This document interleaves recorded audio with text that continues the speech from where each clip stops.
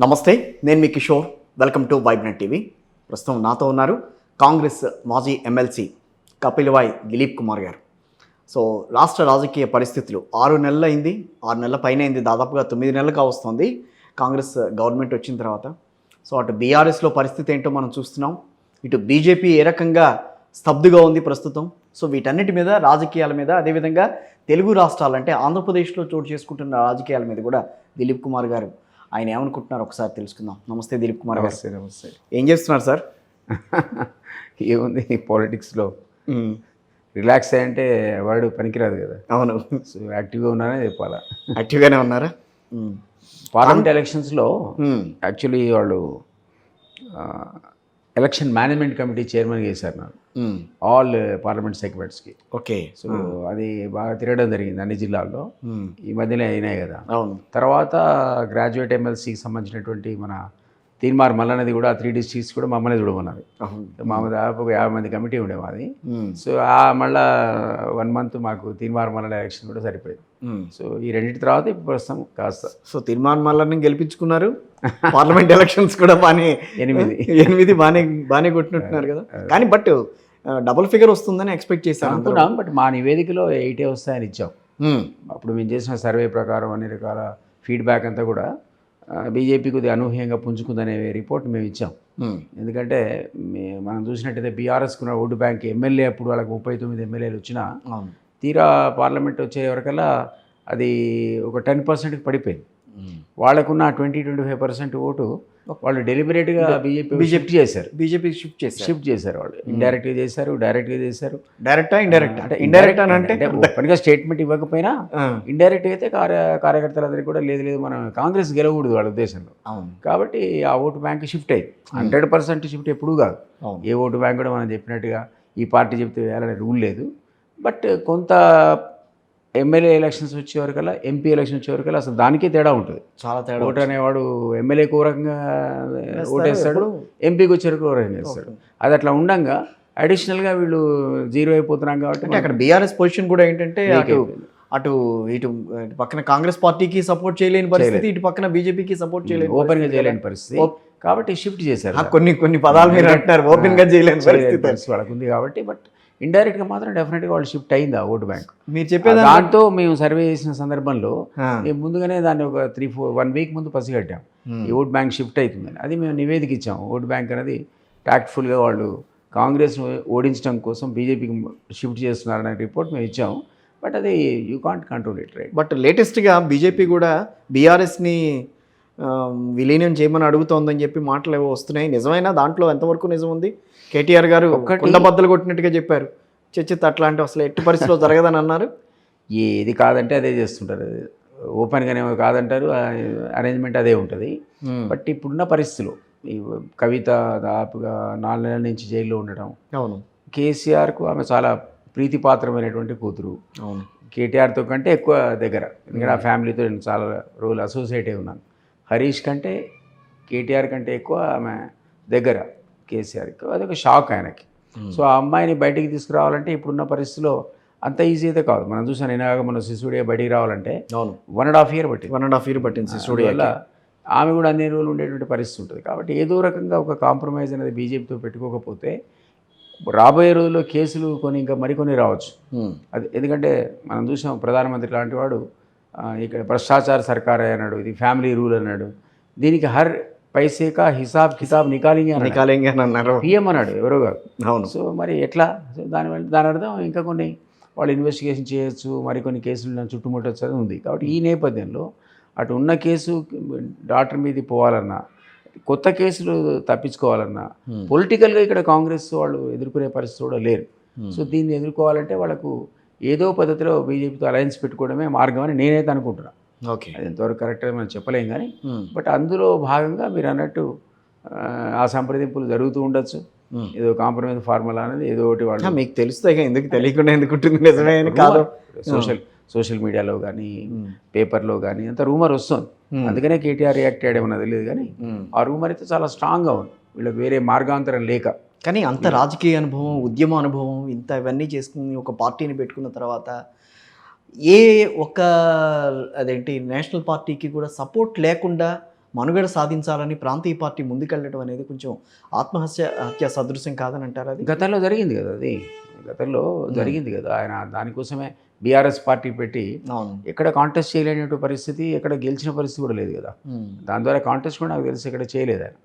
ఇమ్మీడియట్గా ఆయనకు ఇక్కడ కర్ణాటక ఎలక్షన్స్ వచ్చినట్టు ఆయన కాంటెస్ట్ చేయలేదు. మహారాష్ట్రలో లోకల్ బాడీ రాజకీయ అనుభవం ఉన్నది, ఇట్లాంటిది ఆయన గెస్ట్ చేయలేకపోయారు. ఇట్లాంటి పరిస్థితులు ఎదురవుతాయని మీరు కూడా పార్టీలో ఉన్నారు కాబట్టి. చాలా ఏళ్ళు ఉన్నాను, అంచనా వేయలేడని కాదు కానీ, బట్ ఏదో ఒక టైప్ ఆఫ్ దాని ఏమంటారు మగత అది కమ్మి ఉండొచ్చు. ఎందుకంటే అధికారంలో ఉన్నారు 10 ఏళ్ళు, విపరీతంగా సంపాదించారు అవినీతి సొమ్ము. సో ఒక భ్రమలో ఉన్నారు. అసలు అవినీతి సొమ్ము అంత ఉంది కదా అంటారా, తన దగ్గర ఉంది కదా. మరి అలాంటప్పుడు మొన్న ఎన్నికల్లో దాన్ని పెట్టుకుని గెలిచి నిలబడాలి. పెట్టకుండా ఎక్కడున్నారు బలేవారు. 39 ఎమ్మెల్యేస్ రావడానికి అందులో మనీ పవర్ కూడా తోడైంది అనేది మనందరికీ తెలుసు కదా. మీకు టెలిఫోన్ స్కామ్లో ఆయన ఇచ్చిన స్టేట్మెంట్ బయటికి రాలేదు కానీ, బట్ ఆయన ఇచ్చిన స్టేట్మెంట్స్లో ఒకటి భాగం ఏంటంటే, ఎలక్షన్స్లో కొందరికి మేము డబ్బులు తీసుకెళ్ళి అప్పచెప్పాం, మరి కొందరిది పట్టుకున్నాం. ఎక్కడైతే కొంత చోట్ల ఓడిపోయారో ఆ అభ్యర్థులు డబ్బులు పట్టుకున్నారు, గెలిచిన దగ్గర డబ్బులు వీళ్ళు సరఫరా చేశారు. అది ఓపెన్గా స్టేట్మెంట్లో చెప్పాడు. కాబట్టి వాళ్ళు విచ్చలవిడిగా డబ్బును ఎలక్షన్స్లో వాడారు. అపోనెంట్ ఏమో పట్టుకున్నారు, తమ డబ్బులు పంపించారు పోలీస్ వాహనాల్లో. అది చెప్పింది అదే కదా స్కామ్లో. సో ఇవన్నీ వాళ్ళు ఏ రకంగా ప్రతిపక్షాలను దెబ్బగొట్టాలో అన్ని ప్రయత్నాలు చేశారు, అయినా కూడా ప్రజలు తిరస్కరించారు. అది ఒక సెట్ బ్యాక్ వాళ్ళకి. యాంటీ ఇన్కంబెన్సీ ఉంది కాబట్టి అది కాంగ్రెస్ పార్టీ దాన్ని కొంచెం ఎన్కాష్ చేసుకోగలిగిందని అన్నారు. అప్పుడు కొంత డెఫినెట్గా 10 years పరిపాలించిన తర్వాత యాంటీ ఇన్కంబెన్సీ ఉంటుంది. అపార్ట్ ఫ్రమ్ దట్ వీళ్ళది మరీ విపరీత ధోరణులు కదా. విపరీత ఏదైనా అట్లే అవుతుంది. అది ఓవర్ యాక్షన్ చేస్తే దానికి ప్రజలు సమాధానం చెప్తారు ఎప్పుడు కూడా. నిజంగా మీరు పార్టీలో అన్నాళ్ళు ఉన్నారు కదా, అలాంటి ఆలోచన తీరు, అలాంటి దృక్పథం, తర్వాత అలాంటి విపరీత ధోరణులు బీఆర్ఎస్లో ఉన్నాయా ఇప్పటికీ? ఇప్పటికీ ఉన్నాయి కదా. ఆ కొడుకు నేను అనుకుంటాము అసలు కేసీఆర్కు ఉన్న అహంకారం కంటే కేటీఆర్కును అహంకారం, ఆ అమ్మాయి అవినీతి, హరీష్ రావు వాళ్ళ అవినీతి ఎక్కువ కారణాలు వాళ్ళు ఓడిపోవడానికి. కేసీఆర్ కంటే ఎక్కువ. కేసీఆర్ అంటే మీకు దొరకడు, కలవడు, తిన్నాడో తినలేదో మీకు కూడా తెలియదు, నాకు కూడా తెలియదు అనే పరిస్థితి ఉంటుంది. ఎందుకంటే ఈ నెవర్ మీట్స్ ఎనీబడి. సో ఏది చేసినా వీళ్ళే చేయాలి కదా. మూల స్తంభాల ద్వారానే ఆ కరప్షన్ జరగాలి. సో అది సంతోష్ కావచ్చు, హరీష్ కావచ్చు, కవిత కావచ్చు, కేటీఆర్ కావచ్చు. సో బీఆర్ఎస్ బీజేపీలో విలీనం కాబోతోందా అంటే స్ట్రైట్గా మనకున్నటువంటి ఒక అంచనా అది కావచ్చు, కాకపోవచ్చు. 100% రాజకీయాలు మీరు నేను గీసిన గీత ప్రకారం పోవు కదా. సో దాంట్లో ఎప్పుడైనా డీవియేషన్స్ ఉండొచ్చు. బట్ ఇప్పుడున్న పరిస్థితిలో వాళ్ళ కాంటుబట్ సిచ్యువేషన్ ఎదుర్కొంటున్నారంటున్నా నేను.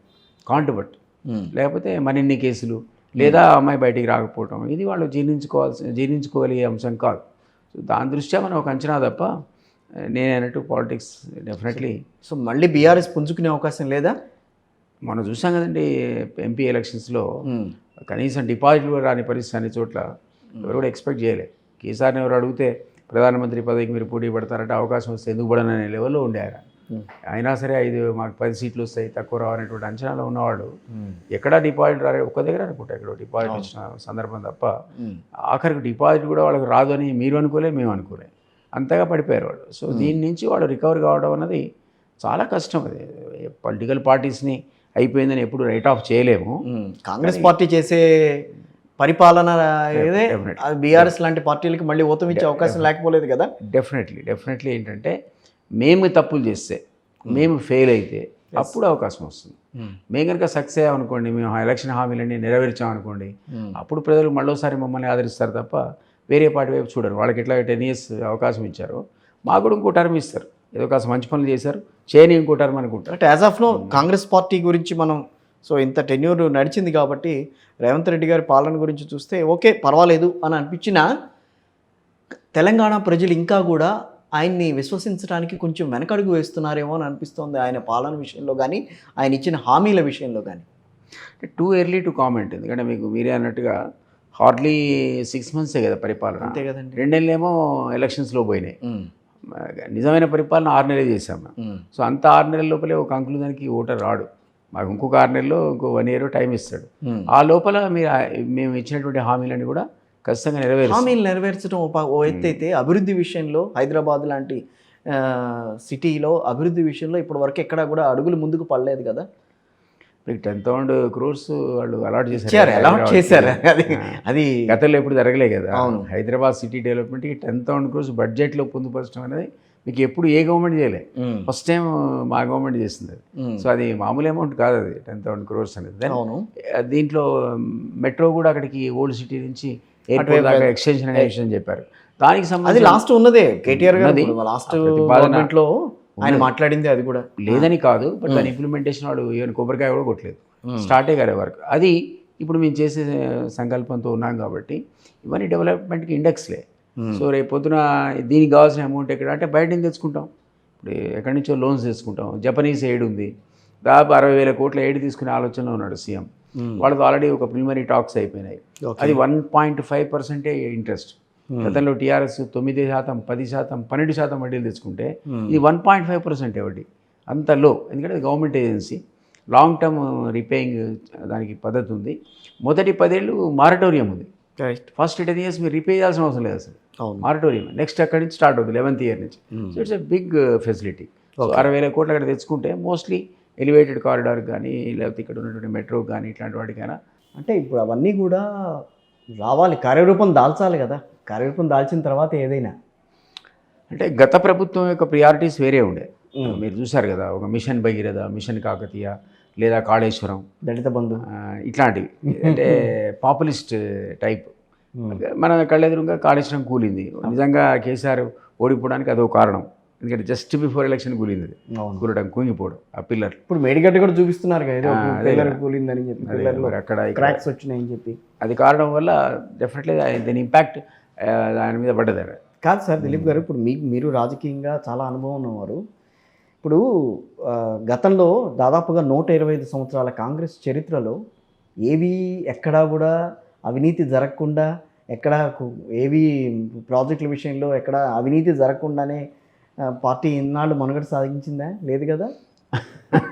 మీరు అన్నదానికి అసలు మా వాళ్ళు జైలుకు పోయారు కదండి. అదే అంటున్నాను. మేము ఆర్డర్ చేసిన ఎంక్వైరీలో కాంగ్రెస్ UPA 2లో మీరు చూసినట్టయితే సురేష్ కల్మాడి కానీ మరొకళ్ళు కానీ, చనిపోయిన షీలా దీక్షిత్ గారు కానీ, వీళ్ళందరి మీద అలిగేషన్స్ మా టైంలోనే వచ్చాయి. మేము అధికారంలో ఉండంగా ఎంక్వైరీస్ అయినాయి, CBI ఎంక్వైరీలు అయినాయి, కొంతమంది జైలు కూడా పోయారు. సో మేమే దానికి అతీతులం అని అనట్లే. డెఫినెట్లీ అప్పుడు కూడా ఆ టైంలో కరప్షన్ జరిగిన మాట వాస్తవమే. దానికి మా టైంలోనే జైలు కూడా పోయారు వాళ్ళు. కాబట్టి మేమే వెనక కూడా పోలే కేసులు పెట్టడానికి కానీ, దాన్ని అడ్మిట్ కావడానికి కానీ. సో ప్రతి సందర్భంలో జరుగుతుంది. కానీ ఇప్పుడు తెలంగాణ వచ్చిన తర్వాత ఇప్పుడు మీరు ఆలోచించినట్టయితే ఒక స్లోగన్ మీద వచ్చింది కదా, బీఆర్ఎస్ ఎందుకు అధికారంలోకి వచ్చింది. వాళ్ళు తెలంగాణలో పోరాటాల్లో ముందు భాగాలు నిలబడ్డారు. నిధులు, నీళ్లు, నియామకాలు, తెలంగాణకు అనుకూలంగా ఆ 3 స్లోగన్స్ ముందు ప్రయారిటీ పెట్టుకుంటారు. ఆ తర్వాత మనకు తెలంగాణ ఆశలకు, ఆకాంక్షలకు అనుగుణంగా ప్రభుత్వం నడుస్తుందని ఆశించారు. కొంత డీవియేషన్ ఉండడం వల్ల ఎక్కువగా ఆశ్రిత పక్షపాతం, కుటుంబంలో ఉన్న వాళ్ళకంతా పెద్దపీట వేయడం, ఎమ్మెల్యేలు, ఎంపీలు, మంత్రులంతా జమీందార్ లాగా లూటీ చేయడం. కుటుంబ పాలనని మాట్లాడతారు కాంగ్రెస్ పార్టీ. మరి కుటుంబ పాలనలోనే ఇంకా నడుస్తోంది పార్టీ మనుగడ మొదటి నుంచి కూడా. ఏ కుటుంబ పాలన వాళ్ళ త్యాగాల కుటుంబం కదండి అది. ఇందిరాగాంధీ దగ్గర సమర్థించుకోవడానికి బాగానే ఉంటుంది అది. ఆయనకు కూడా ఎంత కుటుంబ పాలన అయినా మీరు వెనకకు పోయి హిస్టరీలో చూస్తే మోతీలాల్ నెహ్రూ దగ్గర నుంచి వేలాది ఎకరాలు ఉన్న వాళ్ళు, ఆస్తులు ఉన్న వాళ్ళు, దేశం కోసం ఆస్తులంతా త్యాగం చేసిన వాళ్ళు. వాళ్ళ ఇళ్ళని కూడా పార్టీకి ఇచ్చిన వాళ్ళు. ప్లస్ ఆ ఫ్యామిలీలో త్యాగాలు. ఇక్కడ ఈ కుటుంబాలు ఆ త్యాగాలు ఎక్కడ చేసినాయి చెప్పండి. ఇందిరాగాంధీ చచ్చిపోయా, రాజీవ్ గాంధీ చచ్చిపోయా, అది మీరు వెలగట్టలేరు కదా ఆ త్యాగాలను. కానీ వాళ్ళ సాక్రిఫైస్. వాళ్ళే మన దేశం నుంచి లూటీ చేసి కొత్త ఇళ్ళు కనుక్కొని కొత్త సామ్రాజ్యాలు నిర్మించుకున్నారా? ఉన్నది దానం చేశారు వాళ్ళు. సరే వాళ్ళ పేరు చెప్పుకొని ఎవడో కాయలు అమ్ముకుంటే మనం ఏం చేయలేం. కానీ కొంత అవినీతి అనేది లేదని అనడం. కానీ వాళ్ళ పేరు చెప్పుకొని వీడు కాయలు అమ్ముకోవడమే, వాళ్ళకి సంబంధించిన అవినీతి కాదు. సో దానివల్ల ఆ ఫ్యామిలీని మీరు కుటుంబ పాలన అని చెప్పి మనం పక్కకు పెట్టలేం.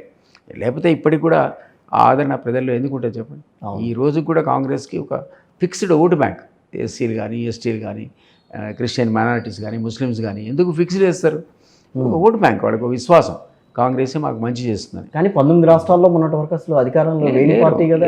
లేరు, డెఫినెట్లీ కాదనుకున్నా. మధ్యలో గ్యాప్ వచ్చింది, అది మేము మా పెర్ఫార్మెన్స్ సరిగ్గా లేదు, మీరే అయినటువంటి కొంత అసంతృప్తి, మా చుట్టూ ఉన్న కోటరీలు కొంత ఇందులో ఇరుక్కొని వాళ్ళు కూడా అవినీతి ఎంకరేజ్ చేయడం, దానివల్ల ఫలితం అనుభవించాం. అందులో అనుమానం లేదు. బట్ ఇప్పుడు కొత్త యాంగిల్లో ఈవెన్ రాహుల్ గాంధీ లాంటి వాడు దేశంలో పాదయాత్ర చేసిన తర్వాత యూ కెన్ సీ ఇదే మెచ్యూర్డ్ పాలిటీషియన్. గతంలో రాహుల్ గాంధీ కాదు, ఇప్పుడు మెచ్యూర్డ్ పాలిటీషియన్, సమస్యలు అర్థం చేసుకుంటున్నాడు, అద్భుతంగా మాట్లాడుతున్నాడు. 5 years కింద రాహుల్ గాంధీ కాదు ఆయన. సో డెఫినెట్లీ ఎప్పుడైనా మార్పును మనం ఒప్పుకోవాలి, మార్పును ఒప్పుకోవాలి. కాంగ్రెస్ ఒక కొత్త ఫేజ్లో వస్తుంది అనేటువంటి నమ్మకం. మల్లికార్జున్ ఖర్గే గారు వచ్చిన తర్వాత కొంచెం కాంగ్రెస్ పార్టీలో ఫేసెస్ కనిపించడం కానీ అదే పద్ధతిలో ఇక్కడ కూడా వెళ్ళటం కానీ ఇప్పుడు కూడా ఇదే పద్ధతిలో ఒకసారి టీఆర్ఎస్ వద్దు ఇక మనం మార్చుకోవాలి అనుకున్న సందర్భంలో చుట్టూ చూస్తే కాంగ్రెసే కనపడదు కదా, రేవంత్ రెడ్డి కనపడ్డాడు ముఖ్యంగా. సో దాని అడ్వాంటేజ్ వల్ల మాకు డెఫినెట్లీ ఈరోజు అధికారం వచ్చింది. కానీ దిలీప్ గారు మీరే అన్నట్టు మీరు నిలుపుకోవాలి దాన్ని. అది నేను ఆ విషయం కూడా చెప్తాను. ఇప్పుడు కాంగ్రెస్ పార్టీలో ఎంతోమంది సీనియర్లు ఉన్నారు, రాష్ట్రానికి సంబంధించి, తెలంగాణకు సంబంధించి. ఉత్తమ్ కుమార్ రెడ్డి లాంటి వాళ్ళు ఉన్నారు, బట్టి విక్రమార్క గారు ఉన్నారు, తర్వాత ఎప్పటి నుంచో పార్టీ కోసం కష్టపడ్డ దామోదర్ రాజనరసింహ, ఇట్లాంటి చాలామంది, మనం ఒక్కళ్ళని కాదు కానీ.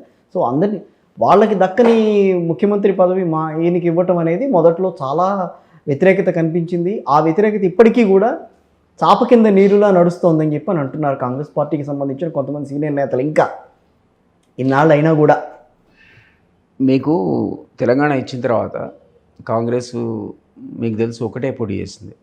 టీఆర్ఎస్ అలయన్స్ పెట్టుకుంటా అని చెప్పి మోసం చేసి వాళ్ళు అలయన్స్ జోలికి రాలేదు, వాళ్ళే పోటీ చేశారు. ఆ టైంలో ఒక చర్చ, నేను ఇప్పుడు కాంగ్రెస్లో లేను, రఫ్గా లెక్కేసుకుంటే 17 మంది సీఎం క్యాండిడేట్ ఉండేవారు, 17 సీఎం క్యాండిడేట్స్, ఒకరుగా ఇద్దరుగా. సహజంగా ఈ పార్టీలో అంతమంది ఉంటారు, సీఎంగా అర్హత ఉన్నవాళ్ళు, సీఎంను ఆశిస్తున్నవాళ్ళు. సో అది పెద్ద మనం సీరియస్గా తీసుకోవాలి. అలా ఎందుకు తీసుకోకూడదు? కర్ణాటక ఇన్స్టెన్సెస్ తీసుకోకూడదా మనం? అలా గతంలో కర్ణాటకలో జరిగిన వ్యవహారం, మీరు కర్ణాటకలో డీకే శివకుమార్ అవుతారని అందరూ అంచనా వేశారు. అవును, మరి సిద్ధరామయ్యని తీసుకొచ్చారు, అంటే నాన్ కాంట్రవర్షియల్, నాన్ కరప్ట్ అనే ఉద్దేశంతో. గతంలో అట్లా లేదుగా ప్రభుత్వం. అప్పుడు చెప్తున్నా అట్లా ఇక్కడ కూడా రేవంత్ రెడ్డి టాల్ పర్సనాలిటీ కనపడ్డాడు కదా. ఇక్కడ మీటింగ్స్ పెట్టడం కానీ, సక్సెస్ చేసే విధానం కానీ, మాట్లాడే విధానం కానీ, కేసీఆర్ ఢీ కొట్టే విధానం కానీ, రేవంత్తో పోటీ పడిన వాళ్ళు ఎవరో అప్పట్లో లేరు మా దాంట్లో. ఊరికే సీఎం పదవి నాకు కావాలి, నేను కూడా నాకు కావాలంటే అది నడుస్తుందా? సో దానికి తగ్గటువంటి కార్యాచరణ కూడా చూపించాలి కదా. సో ప్రాక్టికల్గా అది చూపించినవాడు రేవంత్ రెడ్డి, అది మిగిలిన సీనియర్లు యాక్సెప్ట్ చేశారు. బట్ ఆ సీనియర్లే ఈ రోజున మళ్ళీ మాకు కావాలని మాట్లాడితే పరిస్థితి ఏంటి? అడగచ్చు, ఎనీ టైం ఎవ్రీబడి ఎలిజిబుల్. దాన్ని ఎవరైనా అర్హత ఉన్నవాడిని మీరు. కాంగ్రెస్ పార్టీ ఎవరిని నమ్మదు, సీఎం క్యాండిడేట్స్ ఎవరిని నమ్మదు అన్న నానుడిని మళ్ళీ అది పునరావృతం చేసే అవకాశం. ఈ మధ్యకాలంలో మీరు ఇక్కడ చూసినట్టయితే ఒకప్పుడు మీరు అన్నట్టు సీల్డ్ కవర్ కల్చర్ ఉండేది. కాంగ్రెస్ సీల్డ్ కవర్ పంపితే ఆయనే సీఎం, ఆయన 1 year ఉంటాడు, 2 years ఉంటాడు, ఎవడి తెలియని పరిస్థితి ఉండే. దాన్ని అధిగమించి చాలా రాష్ట్రాల లోపల పూర్తి టర్మ్ సీఎం ఉండే పరిస్థితి మీరు చూశారు గత 5 ఏళ్లలో. అట్లా మేము మార్చలే, దేశవ్యాప్తంగా కూడా ఉన్నవాడే ఉన్నాడు, 5 ఏళ్ల వరకు ఉన్నాడు తప్ప ఇదివరకులాగా సీల్డ్ కవర్ సీఎంలు అనే కల్చర్ పోయింది. వాళ్ళు కన్వీన్ చేసి వాళ్ళే ఎన్నుకోవాలి, ఎన్నుకున్న తర్వాత వాళ్ళు ఉండాలి 5 ఏళ్ళు అనే సిస్టమే తప్ప పాత కల్చర్ పోయింది ఆ కాంగ్రెస్. కాబట్టి డెఫినెట్లీ సీఎంగా ఈయన కూడా కొనసాగుతాడని నేను అనుకుంటున్నాను. కానీ నిన్న మొన్న బీఆర్ఎస్కి సంబంధించిన కొంతమంది సీనియర్ నేతలతో మాట్లాడితే వచ్చారు, బాగానే ఉంది, కాంగ్రెస్ గవర్నమెంట్ ఫామ్ అయింది, కానీ ఢిల్లీ చుట్టూ ప్రదక్షిణలు చేస్తున్నారు, ఎందుకు? కారణం ఏమన్నా ఉందో దానికి? ఢిల్లీకి దాదాపుగా ఇప్పటికీ రేవంత్ రెడ్డి గారు గవర్నమెంట్ వచ్చిన తర్వాత 18 సార్లు వెళ్ళారు ఆల్మోస్ట్. అంత అవసరమా? అధిష్టానం ఉంది కదండి, అక్కడ అధిష్టానం ఉంది. అధిష్టానం దగ్గర కంపల్సరీ మీరు ప్రతి కీలక నిర్ణయాలు తీసుకున్నప్పుడు అధిష్టానాన్ని అడగాల్సిన పరిస్థితి వస్తుంది. ఒక అధిష్టానం మాకు ఉంది కాబట్టి. ఇప్పుడు టీఆర్ఎస్ ఉందనుకోండి, అక్కడ అధిష్టానం ఇక్కడే ఉంటుంది, హైదరాబాద్ ఉంటుంది. వాళ్ళ రీజనల్ పార్టీస్ ఉన్నాయనుకోండి, వాళ్ళ అధిష్టానం లోకల్గా ఉంటుంది. కాబట్టి మనకు కనపడదు. కాంగ్రెస్ సహజంగా కూడా మనం అక్కడికి పోతాం కాబట్టి, అడుగుతాం కాబట్టి, వాళ్ళ ఈయన ఏ మేజర్ నిర్ణయం తీసుకుందామన్నా కార్పొరేషన్ చైర్మన్ ఉన్నారు. ఇవ్వాలంటే మాట అయితే అక్కడ చెప్పి రావాలి కదా, పలానా వెనకిస్తున్నా అని. సొంత కవిత్వం నడవదు కదా. అవును. కాబట్టి అట్లాంటి సందర్భంలో ఆయన పోయి ఉండొచ్చు, నేను కాదనట్లేదు. బట్ ఈయన మీద సంపూర్ణ విశ్వాసం అధిష్టానానికి ఉంది, ఈయన పెర్ఫార్మెన్స్ మీద నమ్మకం ఉంది.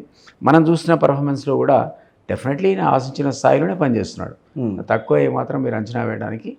హామీలు నిలబెట్టుకునే క్రమంలో కేంద్ర అధిష్టానం దగ్గర కంపల్సరీగా పర్మిషన్ తెచ్చుకోవాలన్న ఏది దానికి అవసరం లేదు, దానికి ఏం అవసరం లేదు. అట్లాంటివి హామీలు ఆల్రెడీ ఇచ్చేసి ఆల్రెడీ యాక్సెప్ట్ మేనిఫెస్టోలో వచ్చే దాని ఇంప్లిమెంటేషన్ బడ్జెట్ రిఅలొకేషన్స్ మీరు ఇచ్చుకోవాలి, ఇంప్లిమెంట్ చేయాలి. దానికి ఇంకో కాన్సెంట్ ఏమవసరం, ఆల్రెడీ ఇచ్చేసారు కాన్సెంట్. ఎప్పుడు ఎవరికి వాళ్ళు వెళ్ళి అధిష్టానం దగ్గర వాళ్ళ వాదనను వినిపించుకుంటూ వస్తున్నారు. ఈ విషయంలో నాకు అన్యాయం జరుగుతోంది, నాకు ఆ విషయంలో అన్యాయం జరిగింది. అది వేరు. సో ఇవన్నీ కూడా అక్కడ క్లబ్ అయ్యి వాళ్ళకి సమాధానం ఇచ్చుకునే పరిస్థితి నడుస్తోందని అంటే అది వేరు. ఆ, ఇంకా నాకు తెలిసి ఆయన పిలిచి ఇప్పటివరకు ఎప్పుడు ఎక్స్ప్లెనేషన్ అయితే అడగలేదు ఏ విషయంలో కూడా. పూర్తి ఫ్రీడమే ఇచ్చారు. ఇంకొకటి పీసీసీ సంబంధించిన వరకు పార్టీ వేరు, గవర్నమెంట్ వేరు. ఆయన సీఎంగా పనిచేస్తున్నాడు. పార్టీ కూడా నాకు తెలిసి 1-2 నెలల లోపల కొత్త పీసీ చీఫ్ వస్తాడు. అదే ఇప్పుడు మళ్ళీ డైరెక్షన్ వేరే రకంగా మారుతుంది. సో పార్టీ పరమైనటువంటి కార్యక్రమాలు వేరుంటాయి. సీఎంగా తను చేయాల్సిన పని చేస్తాడు. కాబట్టి ఆ బర్డన్ ఆయన మించి రేపు మాపో తొలగిపోతుంది. ఇప్పుడు రెండింటి మీద ఉంది ఆ బర్డన్. ఆయనకు ఆ బర్డన్ ఉంది, ఈ బర్డన్ ఉంది. అవును, పిసిసి అధ్యక్షుడు దానిలో ఎవరు వచ్చే అవకాశం ఉంటుంది పిసిసి? ఎవరన్నారు మీ అంచనాకి ఏమన్నా కొంతమంది ఉన్నట్టు కదా ఇప్పటికి దాదాపుగా 5-6 అయితే బాగా 5-6 ఆస్పిరెంట్స్ అయితే ఉన్నారు. ఎవరు వస్తారని మనం చెప్పలేం. మహేష్ కుమార్ గౌడే కంటిన్యూ కావాలని వర్కింగ్ ప్రెసిడెంట్ నుంచి ఆయన ప్రెసిడెంట్ చేయాలని ఒక వాదన. తర్వాత మధు యాస్కి గౌడ్ పేరు, బలరాం నాయక్ పేరు, ఇట్లా 4-5 పేర్లు వస్తున్నాయి. మేమనేవాళ్ళు అధిష్టానం నిర్ణయిస్తారు. అంటే ఇప్పుడు మల్లికార్జున ఖర్గే గారు వచ్చిన తర్వాత కొంచెం పార్టీలో కొంచెం మళ్ళీ అంటే అక్కడ కర్ణాటక గవర్నమెంట్ కానీ ఇక్కడ ఆంధ్రప్రదేశ్ గవర్నమెంట్ కానీ బాగా ఆయన స్ట్రీమ్లైన్ చేసినట్టు కనిపిస్తుంది. బట్ ఏదైనా కాంగ్రెస్ పార్టీలో వైరుధ్యాలు అనేవి, నేతల మధ్య వైరుధ్యాలు అనేవి తగ్గలే ఇక్కడ. ఇక కాంగ్రెస్ అనేది ఓషన్ అనే పేరు ఉంది కానీ సముద్రం. అది రకరకాల వ్యక్తులు కొందరు వస్తుంటారు, కొందరు పోతుంటారు. ఇది మహాసముద్రం లాంటిది. బట్ డెఫినెట్లీ గతంతో పోలిస్తే మనం చూసినట్టయితే దాదాపు 100 సీట్లు వచ్చాయి, 99 సీట్స్ వచ్చాయి. అవును, అది అసలు అబ్కీ బార్ 400 పార్ అని వాళ్ళ స్లోగన్ పెట్టుకొని ఎంత తిరిగినా వాళ్ళంతటా వాళ్ళకి మెజారిటీ రాలేదు. 240 దగ్గర ఆగిపోయారు వాళ్ళు. అవును. సో అదే ఇంకొక 30 సీట్స్ కనుక తగ్గి ఉంటే మేము ఇండియా కూటమి అధికారులకు వచ్చే పరిస్థితి. మేము కూడా చేసుకోవడానికి అవకాశం ఉండేది గట్టిగా. సరే అక్కడ జరగలేదు. మరోసారి ఆయనకు 3వ వచ్చింది. ఏమైనా టుడే స్ట్రాంగ్ అపోజిషన్ ఉంది. గవర్నమెంట్ ఏమో డిపెండెంట్ గవర్నమెంట్ ఉంది. డిపెండెంట్ గవర్నమెంట్ వాళ్ళు కూడా వాళ్ళ అలైస్ డిపెండ్ అయ్యి నిర్ణయాలు తీసుకోవాలి తప్ప గతంలో ఉన్నటువంటి బ్రూటల్ మెజారిటీ లేదు. బ్రూటల్ మెజారిటీ ఉందనుకోండి, వాళ్ళు ఏకపక్ష నిర్ణయాలు తీసుకున్నారు. మన కళ్ళెదురుగా మనం చూసాం. చర్చలు లేకుండా ఎన్ని బిల్లు పాస్ చేశారు, ఏ రకమైన బిల్లు తీసుకొచ్చారు. So they did everything. So అది బోర్డుకి సంబంధించి తీసుకురావాలంటే కష్టం. ఇప్పుడు వక్ఫ్ మీరు ఎందుకు జేపీసీకి వెళ్ళారు చెప్పండి. మామూలు సందర్భంలో వాళ్ళకి 2/3 మెజారిటీ ఉండుంటే దాన్ని యూనిలాటరల్గా పాస్ చేసిండేవాడు. అట్లా కాకుండా జాయింట్ పార్లమెంటరీ కమిటీకి వక్ఫ్ బోర్డు సవరణ అనేది వెళ్ళిపోయింది. అట్లా అది మంచిది డెమోక్రసీకి. అది హెల్దీ సైన్. అది అంతా చర్చ జరిగి ఆ తర్వాత ఏ నిర్ణయమైనా పర్లేదు, కానీ చర్చ లేకుండా బిల్లు పాస్ కావడం అన్నది అది కరెక్ట్ కాదు. సో ఆ దశ నుంచి ఈరోజు మనం ఒక డిపెండెంట్ గవర్నమెంట్ ఉండడం వల్ల ప్రతి విషయాన్ని కూడా అపోజిషన్తో కూడా సంప్రదించేటువంటి ఒక కొత్త సంప్రదాయం అయితే వచ్చింది. గతంలో లాగా చాలా ఏళ్ల కింద ఉండేది. అపోజిషన్కి వాయిస్ ఉండేది, వాల్యూ ఉండేది. మధ్యలో ఎరోడ్ అయిపోయింది. అది ఇప్పుడు మళ్ళీ రిస్టోర్ అయింది. అది డెమోక్రసీకి మంచిదని నా అభిప్రాయం. తెలంగాణకి సంబంధించి చూస్తే మీరు ప్రధానంగా కాంగ్రెస్ పార్టీకి బాగా పోటీ ఇచ్చేది బీజేపీ అనుకోవాలా, బీఆర్ఎస్ అనుకోవాలా? అఫ్కోర్స్ మీరు అన్న దాన్ని బట్టి నేను ఆలోచిస్తే మీరు బీజేపీ అనే అంటారు. అంతే, అదే అంటారు. ఇప్పుడున్న పరిస్థితిలో బీజేపీ తప్ప బీఆర్ఎస్ లేదు కదా. ఎలక్షన్స్కి ముందు మీరు అన్నట్టు బీఆర్ఎస్ ఒక పవర్ఫుల్ స్ట్రాంగ్ అంతవరకే వెళ్ళి మొన్న పార్లమెంట్ ఎన్నికల వరకే ఆ ఓట్ బ్యాంక్ అటు వెళ్ళి ఉండొచ్చు. కానీ బీఆర్ఎస్కి ఇంకా వాళ్ళని తక్కువ అంచనా వేయడానికి అవకాశం ఉందా? లేదు. బట్ ఎరోడ్ అయిపోయింది. అది పబ్లిక్లో కూడా క్రెడిబిలిటీ పోయింది. ఒకసారి 39 సీట్స్కి వచ్చిన తర్వాత కాసకూస ఉండింది. కానీ ఆ తర్వాత పార్లమెంట్ ఎలక్షన్స్లో ఎప్పుడైతే వాళ్ళు 0 సీట్స్ వచ్చాయో ఆ కాస్త కూడా పోయింది. అంటే వాళ్ళలో ఉన్నటువంటి లోపాలేంటో మరింత ఎక్స్పోజ్ అయ్యి డిస్కషన్కి వెళ్ళిపోయాయి పబ్లిక్లో కూడా. సో ఇంత త్వరగా అది రికూప్ అవుతారా అన్నది ఒక పెద్ద క్వశ్చన్ మార్కే. మీకు ఇమ్మీడియట్గా వచ్చేది స్థానిక లోకల్ బాడీ ఎలక్షన్. ఆ లోకల్ బాడీ ఎలక్షన్స్లో నాకు తెలిసి బీజేపీ వర్సెస్ కాంగ్రెస్ పోటీ ఉంటుంది తప్ప బీఆర్ఎస్ అనేది ఈవెన్ లోకల్ బాడీలో గెలవదు. అంటే దాదాపుగా హైదరాబాద్ చుట్టుపక్కల 7 జిల్లాల్లో ఇప్పటికీ బీఆర్ఎస్ వాళ్ళ ఇది స్ట్రాంగ్ హోల్డ్ అయితే ఉంది. డెఫినెట్లీ ఉంది. ఎమ్మెల్యేలు ఉన్నారు కాబట్టి మీరు అంచనా వేస్తున్నారు. కానీ ఆ ఉన్న ఎమ్మెల్యేలో 39లో 10 మంది ఆల్రెడీ కాంగ్రెస్ వచ్చేసారు, తీసుకెళ్ళిపోయారు. మళ్ళీ వెనక్కి వచ్చారుగా. మరి వాళ్ళలో ఒకళ్ళిద్దరు మళ్ళీ వెనక్కి వచ్చారు. వస్తామని ప్రయత్నం చేసి మళ్ళీ స్టేట్మెంట్ ఇచ్చి లేదు కాంగ్రెస్ కొనతారు. కాదండి, ఒక్కటి దిలీప్ గారు, ఇప్పుడు అసలు ఎందుకు తీసుకోవాల్సిన అవసరం ఏంటి కాంగ్రెస్ పార్టీకి? ఆపరేషన్ ఆకర్షణ లేకపోతే ఘర్ వాపసి ఇట్లాంటివన్నీ అవసరమా ఇప్పుడు? అంతకుముందు ఇది బీఆర్ఎస్ చేసిందే కదా, మేమే కనిపెట్టింది కాదు. బీఆర్ఎస్ యాంటీ డిఫెక్షన్ బిల్లు ఉండగా కూడా ఆయన 2014లో ఆయనకు అవసరం లేకుండా, అంటే 63 సీట్స్ అప్పుడు మాకు 64, ఆయనకు 63. మరి ఆయనకు కూడా అవసరం లేదు అప్పుడు. ఆయన అసలు అడ్మినిస్ట్రేషన్ పక్కకు పెట్టి వేరే ప్రోగ్రామ్ పెట్టుకోకుండా కేవలం విపక్షాలను ఖతం చేసే కార్యక్రమం పెట్టుకున్నాడు. పెట్టుకొని అప్పుడు టీడీపీని కానీ ఆఖరికి సిపిఐని కూడా తీసుకున్నాడు. కాంగ్రెస్ అయితే 12 మంది తీసుకున్నాడు. మరి అప్పుడు ఏం అవసరం ఉండే ఆయనకి? సో యాంటీ డిఫెక్షన్ చట్టం ఆయనకు అడ్డం రాలే. ఇప్పుడు ఆయన చేశారన్నది మనం కాదనే కదా ప్రజలు ఇప్పుడు ఈ రోజున కాంగ్రెస్ పార్టీ పట్టం కట్టింది. కాంగ్రెస్ పార్టీ కూడా అదే యాంటీ డిఫెక్షన్ ని ప్రోత్సహిస్తే నేను కాదని అనట్లేదు. నిజంగా అసలు మా వాళ్ళ ఇంకో స్టెప్ ముందుకు పోయి ఎవరైనా రావాలంటే రాజీనామా చేసి రావాలి, లేదా వస్తే చెప్పులు పెట్టుకోవటండి, రాళ్ళు పెట్టుకోవటండి అనే మాట కూడా అన్నారు. కానీ కాదని అనట్లేదు. కానీ సెకండ్ టర్మ్లో కూడా బీఆర్ఎస్ చేసిన పని అదే, ఇట్లాంటివి ప్రోత్సహించింది. కాబట్టి బీఆర్ఎస్కి అయితే రైట్ లేదు అసలు మా గురించి అడగడానికి, మాట్లాడడానికి. అది నీవు నేర్పిన విద్య నిర్దాక్ష అని మేము అంటాం. కానీ మీరు అన్నట్టుగా ఇక్కడ ఎందుకు చేయాల్సిన పరిస్థితి వచ్చిందంటే, అసలు మేము అధికారులకు వచ్చిన నెల లోపలనే కేటీఆర్ అన్నాడు ఇది 3 నెలల ముచ్చట, ఇది ఉండదు, గవర్నమెంట్ పోతున్నాడు. అదే 6 నెలలు అన్నారులేండి, 6 నెలలు పోతున్నాడు. ఆ తర్వాత senior most leader BJP leader Lakshman గారు ఈ పార్లమెంట్ ఎలక్షన్స్ అయిపోగానే ఈ గవర్నమెంట్ ఉండేది కాదు, డబుల్ ఇంజిన్ సర్కార్ వస్తున్నాడు. అరే 8 మందితో ఎట్లా వస్తుంది, ఆ 39 మందితో ఎట్లా వస్తుంది, కుట్ర చేస్తే తప్ప. అంటే మా దగ్గర నుండి వాళ్ళు 10 మందినో మీరు అన్నారు కదా, ఇంకోడు సీఎం క్యాండిడేట్, ఇంకో సీఎం క్యాండిడేట్ అని. ఆ కేటీఆర్ అన్నాడు మేమేం చేయాల్సిన అవసరం లేదు, మీకు ఏది మీ బాంబు అనేది ఒకటి ఖమ్మంలో ఉంది, ఇంకో బాంబు నల్గొండలో ఉంది అన్నాడు. ఇవన్నీ కూడా ప్రొవొకేషన్. ఈ ప్రొవొకేషన్ వల్ల మళ్ళీ ఒకసారి రీఅసెస్ చేయాల్సిన పరిస్థితి వచ్చింది. బాంబులు లేవా అంటే ఖమ్మంలో కానీ పక్కన ఏదైనా డిఫ్యూజ్ చేయాలి కదా, ఉంటే డిఫ్యూజ్ చేయాల్సిందే. మేము అలో చేయలేం కదా, ప్రజలు మాకు పట్టం కట్టారు. అది 64, 65 వాటెవర్ సిపిఐతో కలిసి 65 కావచ్చు. ఈ సీట్లు కన్సాలిడేషన్ కోసం మేము కంపల్సరీ వాళ్ళని తీసుకోవాల్సిన పరిస్థితికి నెట్టివేయబడ్డాం. అది సీఎం తప్పనిసరి పరిస్థితిలో గేటు తెలిసా అని చెప్పి. సీఎం చేతిలో 34 మంది ఎమ్మెల్యేలు ఎప్పుడూ కూడా ఉంటారు. ఒకవేళ గవర్నమెంట్ కనుక కాంగ్రెస్ పార్టీ కనుక మమ్మల్ని కాదని అనుకుంటే సీఎం తనంతట తానుగా మళ్ళీ గవర్నమెంట్ ఫామ్ చేసే విధంగా ఆయన గత కాంగ్రెస్ పార్టీ చరిత్రని తిరగరాసే విధంగా ఆయన చేస్తారని చెప్పి కొన్ని కథనాలు అయితే వచ్చినాయి. అంత పాసిబిలిటీ ఉంటుందని అనుకోను. 34 మంది ఆయన చేతిలో లేరా? ఇంకా ఎక్కువ మంది ఉండొచ్చు. ఇక్కడ ఉన్న బ్యాచ్ అంతా ఆయన దగ్గర ఉన్నారని లెక్కేయాలి కదా. అంతే కదా మరి. Unless otherwise proved.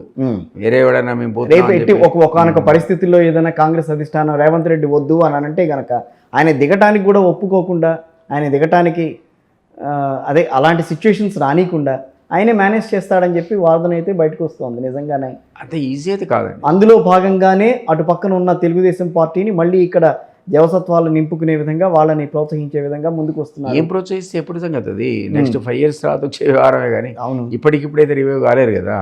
సో అంత ఆస్కారం ఉందా వాళ్ళకి, అంత అవకాశం. తెలుగుదేశం పార్టీ ఇక్కడ కూడా రావాలని ఉవ్విళ్ళు ఊరుతోంది కదా. మళ్ళీ తప్పేముంది, ఏ పొలిటికల్ పార్టీ అయినా గతంలో ఉన్న పార్టీ కాబట్టి. మీరు తెలంగాణ వచ్చిన తర్వాత 15 మంది గెలిచారు వాళ్ళు. తెలంగాణ వచ్చిన తర్వాత బిల్లు ప్రవేశపెట్టబడి రాష్ట్రం ఏర్పడిన తర్వాత ఎలక్షన్స్ వస్తే ఎవరు ఊహించని విధంగా 15 మంది గెలిచారు ఇక్కడ టీడీపీ వాళ్ళు. అంటే తెలంగాణ ఉండగా కూడా అక్కడ స్కోపు స్పేస్ ఉండిందన్నమాట. కానీ తర్వాత క్రమక్రమంగా వీక్ అయిపోయారు, అది వేరే విషయం. కానీ బీఆర్ఎస్ పాలిటిక్స్ వల్ల రకరకాల. సో ఆ స్కోప్ ఉందనుకున్నప్పుడు ఎవరైనా కూడా కాస్త కూస్త రివైవల్ కోసం ట్రై చేయడంలో తప్పే ఉంది. పొలిటికల్ పార్టీగా వాళ్ళకు ఉన్నటువంటి హక్కు అది, దాన్ని మనం కాదలేం. కానీ దాని మీద డిపెండ్ అయ్యి సీఎం యాక్టివిటీ చేస్తాడనో లేకపోతే 34 మంది ఆయన దగ్గర అనేది కరెక్ట్ కాదు. ఎంటైర్ బ్యాచ్ బ్లాక్ ఆయన కంట్రోల్నే ఉన్నారు ఈ పూటకి. అది కాకుండా అదనంగా ఇంకో 10 మంది చేరారు. మీరు చూసారు కదా, సీఎం డెఫినెట్లీ చేర్చుకున్నారు. మేము చేర్చుకుంటాం కూడా. ఇంకో 16 మంది వచ్చేంత వరకు మా ప్రయత్నాలు కొనసాగుతాయి. ఎందుకంటే ఆ 26 మంది వస్తే 2/3 మెజారిటీ వస్తుంది. మాకు ఆ పార్టీ లేదని డిక్లేర్ చేయడానికి అసెంబ్లీలో అవకాశం ఏర్పడుతుంది. సో ఆ దిశగా మా టార్గెట్ ఉంటుంది. కానీ ఈ అన్ని విధానాల వల్ల ఒకటైతే తెలుస్తుంది, యాంటీ డిఫెక్షన్ లాని అందరూ కూడా పరిహాసం చేస్తున్నారు అన్న విషయాన్ని దేశవ్యాప్తంగా చేస్తున్నారు. ఒక మన రాష్ట్రం అని కాదు కదా. గతంలో కేసీఆర్ చేశాడు, మనం చేసాము. మహారాష్ట్రలో అదే జరిగింది, గోవాలో అదే జరిగింది. యాంటీ డిఫెక్షన్ అనేది ఎక్కడ ఇన్ టోటో ఇంప్లిమెంట్ అవుతుంది చెప్పండి? ఎక్కడా జరగట్లేదు. మీరు యాంటీ డిఫెక్షన్ మీద ఓ పిటిషన్ స్పీకర్కి ఇస్తే అది రిజల్ట్ వస్తుందని మీరు అనుకోకపోయినా కదా ఈరోజు బీఆర్ఎస్ కోర్టుకు పోయింది, హైకోర్టుకు పోయింది, రేపొద్దున సుప్రీంకోర్టుకు కూడా పోతాడు. అదే అడ్డంగా పెట్టుకున్నారు వాళ్ళు. ఎందుకంటే మేము రేపొద్దునే జడ్జిమెంట్ వస్తుంది, కోర్టు ఇస్తుందని చెప్పి మిగిలిన వాళ్ళు పోకుండా ఆపుకోగలిగారు. వాళ్ళు అదొక వెపన్ లాగా వాడుకుంటున్నారు.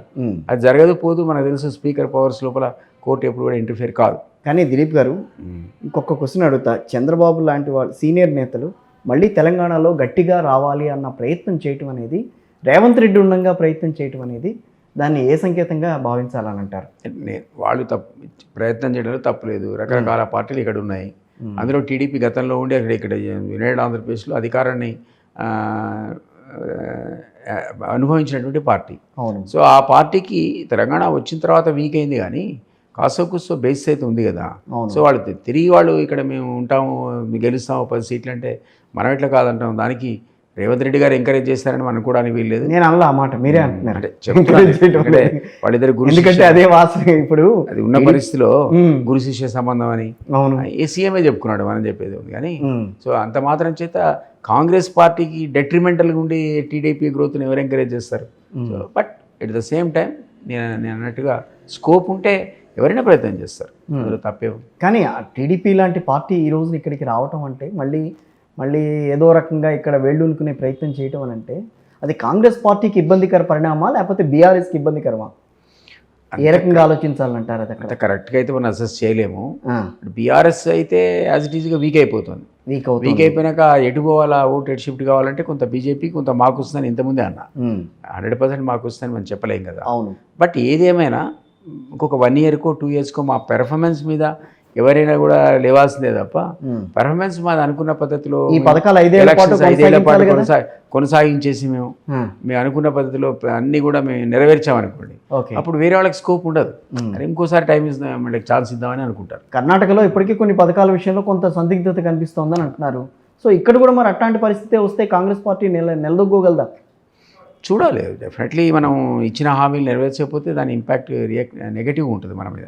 సో సాధ్యమైనంత వరకు వాటన్నిటి కూడా హామీలు నెరవేర్చే పద్ధతిలో మేము మా చర్యలు ఉంటాయి, కార్యాచరణ ఉంటుంది, మా అజెండా ఉంటుంది, మా అడ్మినిస్ట్రేషన్ ఉంటుంది తప్ప వాటి దూరంగా మేము జరుగుతాం. సో సాధ్యమైనంత వరకు రిసోర్సెస్ మొబిలైజ్ చేసుకొని 100% మేము అన్న మాటలు ఏమున్నా సరే హామీలు నిలబెట్టుకునే ప్రయత్నం మేము చేస్తాం. అది జరిగిన సందర్భంలో ఇతర వాళ్ళకు వ్యాక్యూమ్ అనేది ఉండదు, ఇతర పార్టీలకు. పక్క తెలుగు రాష్ట్రం గురించి ఒకే ఒక్క క్వశ్చన్, ఆ రాష్ట్రంలో జరుగుతున్న పరిణామాలు చూస్తే ఏమనిపిస్తుంది మీకు? ఏముంది, మనం ఇప్పుడు చంద్రబాబు గారు ఖచ్చితంగా అధికారులకు వస్తారని మనందరం ఊహించిందే. ఎందుకంటే కాంబినేషన్ ఇద్దరిది బాగుంది, అద్భుతంగా ఉందని. కానీ అంత మెజారిటీ వస్తుందని మనం కూడా అనుకోలే, అందులో వాస్తవం అది.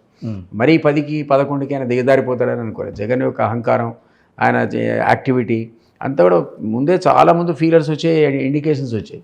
ఈయన రాడిగా చంద్రబాబు గారు ఖచ్చితంగా ఎవరు ఆపలేరు, వాళ్ళిద్దరు వస్తారు, జనసేన కాంబినేషన్ అది ఫార్మిడబుల్ కాంబినేషన్, కరెక్ట్ వస్తారని అనుకున్నాం. బట్ ఊహించని రీతిలో వాళ్ళు అంత పెద్ద ఎత్తున మెజారిటీ. ఏదో ఈవీఎంల వ్యవహారంలో కొంత గందరగోళం ఇట్లాంటివన్నీ నమ్ముతున్నారు మీరు? అంత ఇంపాసిబుల్ అంటే నేనైతే నమ్మను. ఈవీఎంలు కావాలి అని ఈవెన్ మా పార్టీ అఫీషియల్ కూడా డిమాండ్ చేసింది. ఈవీఎంలు వద్దు, పాత పద్ధతిలోనే మీరు ఎలక్షన్స్ నిర్వహించమని. మీరు కాదు, అది డిమాండ్ చేసింది కేజ్రీవాల్ దగ్గర నుంచి డిమాండ్ వినిపించారు. కేజ్రీవాల్ దగ్గర నుంచి మా పార్టీ నాయకులు కూడా అన్నారు. మా పార్టీ నాయకులు కూడా ఈవీఎంలు మార్చి పాత పద్ధతిలోనే బ్యాలెట్ బాక్స్ కావాలని అన్నమాట వాస్తవమే.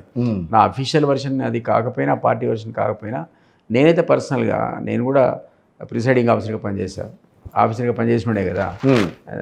అలాంటివి ఏం కుదరదని అంటారు? అట్లా నాకు తెలిసి ఇంపాసిబుల్ అండి ఈవీఎం ట్యాంపరింగ్ అనేది. ఎందుకంటే నేను చీఫ్ ఎలక్షన్ ఏజెంట్ కూడా 2 సార్లు రాజగోపాల్ రెడ్డికి పనిచేశాను. సీల్ వేసేటప్పుడు మనం చూస్తాం, బయట ర్యాండమ్ సెలెక్ట్ చేస్తారు వాటిని, మనమే ఏరుకొని చెప్పొచ్చు ఇది ఇక్కడ పెట్టండి, ఇది ఇక్కడ పెట్టండి. అసలు ఎందుకు వచ్చింది మరి అట్లా? ఎలక్షన్ ఏజెంట్ ఉండగా వాళ్ళు కూడా చెప్పొచ్చు ఇది ఇక్కడ పెట్టండి, ఇది ఇక్కడ పెట్టండి అని. You can choose it. అంటే మీకు డౌట్ ఉంటే అసలు 5 శాంపిల్ తీస్తారు, 5 ర్యాండమ్. అది కూడా మరి ఎందుకు వచ్చింది ఈవీఎంల మీద? ఈ కారణం చేతనం పొలిటికల్ పార్టీస్ మైండ్లో మాత్రం ఈవీఎంలు ట్యాంపర్ చేయొచ్చు అనేది పడ్డది, బాగా ఫిక్స్ అయింది. ఈవెన్ సుప్రీంకోర్టు కూడా డిమాన్స్ట్రేషన్ ఇచ్చింది ఎలక్షన్ కమిషన్ ఆఫ్ ఇండియా. అంటే ఎలక్షన్ కమిషన్ అడిగింది, మీకు ఎవరైనా డౌట్స్ ఉంటే మారండి, మేము డిమాన్స్ట్రేట్ చేస్తాం. అన్ని పొలిటికల్ పార్టీ ఎదురుగా కూడా డిమాన్స్ట్రేషన్ ఇచ్చారు. సో ఎందుకో నాకైతే ఈవీఎం ట్యాంపరింగ్ అనేది అంత ఈజీ అని నేను అనుకోవట్లేదు. ఇప్పుడు 2 తెలుగు రాష్ట్రాల్లో ప్రాంతీయ పార్టీల హవా అయితే 0. ఇప్పుడు అంటే టీడీపీని మనం పక్కన పెడదాం, అటు వైఎస్ఆర్ కాంగ్రెస్ పార్టీ కానీ ఇటు బీఆర్ఎస్ కానీ. సో ఇంకా రాబోయే రోజుల్లో ప్రాంతీయ పార్టీలు ఇంకా మనుగడ సాధించగలవని అనుకుంటున్నారా? చెప్పలేమండి. ఎజెండాతో, లోకల్ ఎజెండాతో. మీకు పక్కకున్న రాష్ట్రంలో మరి ప్రాంతీయ పార్టీ, నేను అదే అనుకునే అంటున్నాను. టీడీపీ తమిళనాడులో మీకు ప్రాంతీయ పార్టీ డిఎంకే అనేది, అది కూడా ప్రాంతీయ పార్టీ కదా.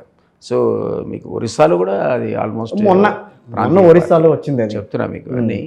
బట్ ఒకప్పుడు ఉన్నటువంటి వేవ్ మీరు అన్నట్టుగా లేదు. ఒకప్పుడు ఏంటంటే ఈవెన్ బీజేపీ అయినా సరే, కాంగ్రెస్ అయినా సరే, ప్రాంతీయ పార్టీల మీద ఆధారపడే ఒక సంకీర్ణ ప్రభుత్వాన్ని ఏర్పాటు చేస్తుంది తప్ప వాళ్ళంతా వాడు ప్రభుత్వాలు ఏర్పాటు చేసే పరిస్థితి లేదు అని మనందరం అనుకున్నాం. దానికి భిన్నంగా బీజేపీ 2 సార్లు, ఇది 3వ సారి అధికారంలోకి వచ్చింది కదా. అవును. సో ప్రాంతీయ పార్టీలు ప్రాంతీయ ఎజెండా ఉంటుంది వాళ్ళకు, అట్రాక్షన్ వేరు. సో అప్పుడు కనుక ఇష్యూ ఉంది అనుకోండి, తెలంగాణ ఇష్యూ ఉంది, అవును. బీఆర్ఎస్ ఎందుకు వచ్చింది? అది తెలంగాణ పవర్ఫుల్ ఇష్యూ. అది ఈ రెండు పార్టీని డామినేట్ చేసుకొని సీట్లు గెలుచుకోవాలి అప్పుడు. ఇప్పుడు అది తగ్గింది. తెలంగాణ ఏర్పడిన తర్వాత అంత పవర్ఫుల్ ఆస్పిరేషన్స్ లేవు కాబట్టి 2 times ఒకసారి అధికారం ఇచ్చాం పోనీ అని మళ్ళీ జాతీయ పార్టీని తీసుకొచ్చే పరిస్థితి వచ్చింది. కాబట్టి డిపెండ్స్ ఆన్ పెర్ఫార్మెన్స్ ఆల్సో.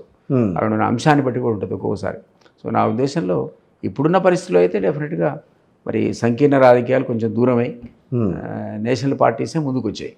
అది కాంగ్రెస్ కావచ్చు, బీజేపీ కావచ్చు. సో ఫైనల్గా అసలు దిలీప్ కుమార్ గారు రాబోయే రోజుల్లో ఏం సాధిస్తారు, ఏ రకంగా ఉంటారు అన్నట్టు ఏం చెప్తారు ఇప్పుడు? ఇంకా ఇప్పుడు పబ్లిక్ లైఫ్లో ఉన్నాం. అవును. అది జనరల్గా ఏంటంటే సర్వీస్ ఓరియంటెడ్తో ఉంటాం. అవును. సో అవకాశం పార్టీ ఇస్తేనేమో ఏదైనా పోస్టులు ఎట్లాంటివి తీసుకుంటే ఇంకో రకంగా ఉంటుంది. లేకుండా కూడా పబ్లిక్ సర్వీస్లో ఈరోజు నేను విత్డ్రా చేసుకుంటాను మీరు అనలేరు కదా. రాజకీయాలకు రిటైర్మెంట్ ఎక్కడిది? లేదు, రాజకీయాలకు రిటైర్మెంట్. కానీ ప్రత్యక్ష రాజకీయాలకు మళ్ళీ వచ్చే ఛాన్సెస్ ఎంతవరకు ఉంటాయి చూడాలి. నేను ఉండాలనే కోరుకుంటున్నా. ఎందుకంటే మీరు ఒక ఇండివిజువల్గా, ఒక ఆఫీసర్గా ప్రజలకు సేవ చేసేదానికి ఒక పర్టికులర్ పార్టీలో ఉండే ఒక అధికారంతో మీరు చేసే సర్వీస్లో తేడా ఉంటుంది. You can be useful to public and in general society కూడా. అవకాశాలు ఎక్కువ. మీకు అధికారం చేతిలో ఉంటే ప్రజలకు మీరు సేవ చేసే విధానంలో మార్పు ఉంటుంది. ఎక్కువ మందికి మీరు సర్వీస్ కూడా చేయొచ్చు. సో అందువల్ల ఎప్పుడు కూడా సహజంగా పొలిటికల్ పార్టీస్ కానీ పాలిటీషియన్స్ కానీ మాకు పవర్ కావాలని, పవర్ ఉన్న పార్టీలో ఉండాలని, అప్పుడు మాకేదో పోస్ట్ కావాలని కోరుకుంటారు. దానివల్ల సర్వీస్ చేయొచ్చు అనే ఒక మోటో. సో అందువల్ల వస్తే సంతోషమే. అధికారంలో ఉన్నాం కాబట్టి ఏదో బాధ్యతాయుతమైనటువంటి పదవి మనకి ఇచ్చారనుకోండి. మీ డిమాండ్ ఏం లేదా? నేను డిమాండ్ అంటూ నేను అడిగాను సీఎం, అందులో దాచుకునేది ఏముంది. కానీ ఈ రెగ్యులర్ కార్పొరేషన్ చైర్మన్లు కాకుండా నేను చీఫ్ మినిస్టర్ గారిని ఏమడిగానంటే నాకు కోఆర్డినేటర్గా ఢిల్లీలో special representative to government of Telangana ఇవ్వమని అడిగాను. ఎందుకంటే గత సీఎం అక్కడ 4 పెట్టాడు. ఒక పాలిటీషియన్ పెట్టాడు, ఒక ఐఏఎస్ని పెట్టాడు, ఒక ఐపీఎస్ని పెట్టాడు. సో అట్లాంటి దాంట్లో నేను కూడా ఫారెస్ట్ సర్వీస్ నుంచి వచ్చిన వాడిని కాబట్టి సో నాకు అది అవకాశం ఇస్తే ఇక్కడ తెలంగాణ నుంచి పోయిన బిల్లులు అక్కడ కోఆర్డినేట్ చేసి శాంక్షన్ చేసుకోవడంలో నాకున్న అనుభవం ఉపయోగపడుతుంది రాష్ట్రానికి అనే విషయాన్ని నేను డెఫినెట్లీ ఆయన అడిగాను. ఆయన కన్సిడర్ చేస్తా అన్నాడు. ఆయనకున్న అప్లికేషన్స్, ఆయనకున్న ప్రెషర్స్ మనది లేవు. ఇస్తే సంతోషం. బీఆర్ఎస్ మనుగడ బాగుందా? బీఆర్ఎస్లో మీ జర్నీ బాగుందా? కాంగ్రెస్ పార్టీలో జర్నీ బాగుందా అంటే ఏం చెప్తారు? బీఆర్ఎస్లో నేను పెద్దగా నష్టపోయింది ఏం లేదు కదండి. నాకు వచ్చిన ప్రాబ్లం వల్ల ఏంటంటే నేను ఆల్రెడీ ఆయనకు సర్వీస్ చేశాను ప్రైవేట్ సెక్రటరీగా. ఆయన అవకాశం ఇచ్చాడు పాపం. దాదాపుగా 5-6 years నేను I was private secretary and I have done to his best satisfaction నా పెర్ఫార్మెన్స్. నెక్స్ట్ ఆయన నాకు 2 times ఎమ్మెల్సీ అవకాశం ఇచ్చాడు. అది కూడా తెలంగాణ ఉద్యమ నేపథ్యంలో అద్భుతమైన మెజార్టీతో గెలిచా. మామూలుగా 91% ఓటు. అది ఎవరికి ఊహించని రీతిలో 91%. అపోజిషన్ అంతా 10 మంది ఉంటే తలా 7%, 8% పంచుకున్నారు. సో అంత లెవెల్లో ప్రజలు ఆదరించారు. ఆ 2 సందర్భాల్లో ఉద్యమం కాబట్టి, పోరాటం కాబట్టి మా శక్తి వంచన లేకుండా ముందు వరుసలో ఉండే పోరాటం. టీఆర్ఎస్ విభేదించిన ఎక్కడ కూడా కాంప్రమైజ్ కాకుండా తెలంగాణ కోసమే పోరాటం. అది మా తెలంగాణ విమోచన సమితి కావచ్చు, తెలంగాణ రాష్ట్రీయ లోక్దళ్ పొలిటికల్ పార్టీ కావచ్చు, లేదా విమలకతో కలిసి మేము పనిచేసిన తెలంగాణ యునైటెడ్ ఫ్రంట్ కావచ్చు, ఎప్పుడు ముందు వరుసే. తెలంగాణ వచ్చిన తర్వాత న్యాచురల్గా కొంత నాకు ఇంపార్టెన్స్ అనేది గతంలో ఉన్నట్టు లేదు. కానీ ఆయనతో గొడవపడి బయటకు వచ్చాం కాబట్టి కాంప్రమైజ్ కాలేక నేను వెనక్కి పోలేదు. ఆయన నన్ను రమ్మలేదు, నేను పోలేదు. సో ఆ ఛాన్స్ రాలేదు. ఇప్పుడు వచ్చినా మేము పోయేటువంటి ఆలోచన నేను లేదు. కాంగ్రెస్లో ఇట్లాంటి పరిస్థితులు అయితే లేవు. కాంగ్రెస్ కొత్తది కదా, సముద్రం. మీకు ఈత రావాలి, అంత సముద్రంలో గద ఈతగాళ్ళు ఉండాలి. నాకు అసలు ఈతే రాదు, అదే అనుకుంటున్నాను. కాబట్టి టైం పడుతుంది. కానీ కే కేశవరావు లాంటి వాళ్ళు ఎందుకనండి పార్టీని అంతవరకు అంటిపెట్టుకుని ఒక్కసారి కాంగ్రెస్ పార్టీ రాగానే పార్టీలో జంప్ చేశారు? ఏదన్నా ప్రత్యేకంగా కారణం ఉందా? అతను సీనియర్ మోస్ట్ పర్సన్, అందుకనే అడుగుతున్నాను. ఆయనకు ఉన్నటువంటి అవకాశాలు ఆయన కూడా అంచనా వేస్తాడు. మనం ఇప్పుడు దాని నుంచి మాట్లాడుతుంది బీఆర్ఎస్ లేదని, అంటే కింద పడిపోయిందని.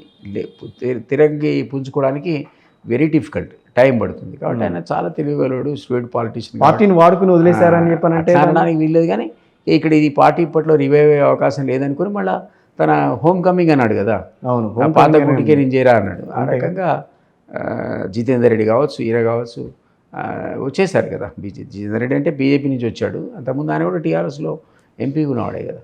సో ఇవన్నీ కూడా పాలిటీషియన్స్ వాళ్ళకు ఉన్నటువంటి అవసరాలను బట్టి, అప్పుడున్న సిచ్యువేషన్, కాంటెంపరీ పొలిటికల్ సిచ్యువేషన్ బట్టి డెసిషన్ తీసుకుంటారు. వాళ్ళతో సీనియర్, ఆ సీనియర్ని తీసుకునే నిర్ణయాన్ని మనం ఏం క్వశ్చన్ చేయగలుగుతాం? కరెక్టే కదా పాపం. వాడుకున్న అవసరంలో ఈరోజు కాంగ్రెస్ తప్ప భవిష్యత్తు లేదు కాబట్టి వచ్చేసారు. సో కాంగ్రెస్ పార్టీ తెలంగాణలో 5 ఏళ్ల పాటు నిరాటంకంగా గవర్నమెంట్ని కొనసాగిస్తుంది, నేనైతే ప్రభుత్వాన్ని కొనసాగిస్తుంది. 100% రాసి పెట్టుకోవచ్చా? ఢోకా లేదు, డోకా లేదు. రేవంత్ రెడ్డి లీడర్షిప్ కూడా ధోకా లేదు. లీడర్షిప్ కూడా డోకా లేదని అంటేనే కొంచెం అది క్వశ్చన్ మార్క్ వస్తుంది అది కొంత, ఎందుకంటే చరిత్ర తెలిసిన వాళ్ళకి. ఇక్కడ కూడా రేవంత్ కార్యాచరణ కూడా కమిట్మెంట్తో చేస్తున్నాడు కాబట్టి మనం చూసాం కదా శాసన సభలో ఏ విధంగా తన పెర్ఫార్మెన్స్ ఉండిందో, ఎట్లా బడ్జెట్ను వెనకాల ఎవరో కూర్చొని ఉంటే వాళ్ళని కూడా తిట్టాడు ఆయన. అది తిట్టడం అనే సర్లేండి, కేసీఆర్ అంతకంటే ఎక్కువ తిట్టాడు. కేసీఆర్ తిట్ల ముందు అసలు రేవంత్ తిట్లు 10% కూడా కావు. అది క్వశ్చన్ కాదు కానీ but overall is performance was really good. నేనైతే బాగానే ఉందనుకుంటాను. 100కి ఎన్ని మార్కులు వేస్తారు? నేనైతే మొన్న పెర్ఫార్మెన్స్కు 100కి 100 మార్క్సే ఇస్తాను. ఏదైనా యాక్సెప్ట్ చేసినా చేయకున్నా ఖచ్చితంగా ఆయన పాపం గతంలో అనుభవం లేకుండా సీఎం అయ్యాడు, మంత్రి లేకుండా డైరెక్ట్ సీఎం అయ్యాడు. అయినా సరే ఆయన పెర్ఫార్మెన్స్ అనేది చాలా ధీటుగా, హౌస్లో అసలు సీఎం మాజీ సీఎం రాలే కదా, అవును వచ్చుంటే మరి ఏ రకంగా కూడా తెలియదు. ఆయన అన్నాడు చీల్చేండి ఆడతానంటే అసలు రానేలేదు హౌస్కే. సో ఇద్దరు హరీష్ మాట్లాడినా కేటీఆర్ కూడా 2 గంటలు మాట్లాడారు. అవును, దాన్ని చాలా ధీటుగా ఆయన ఎదుర్కొన్నాడు, చాలా చక్కగా సమాధానం చెప్పాడు. ఆయనతో పాటు భట్టి గారు చెప్పారు, ఈవెన్ శ్రీధర్ బాబు కూడా పెర్ఫార్మెన్స్ మనం అండర్మైన్ చేయడానికి వీల్లేదు, ఆయన కూడా చాలా చక్కగా లెజిస్లేటివ్ అఫేర్స్ నిర్వహించాడు. సో ఈ ముగ్గురికి కూడా మనం మంచి మార్కులే ఇవ్వచ్చు, డిస్టింక్షన్ మార్కులే ఇవ్వచ్చు. సో రేపు రాబోయే రోజుల్లో డిస్టింక్షన్స్తోనే ఉంటుంది కాంగ్రెస్ పార్టీ అనుకుంటున్నాను. Right, thank you very much sir. Thank you very much.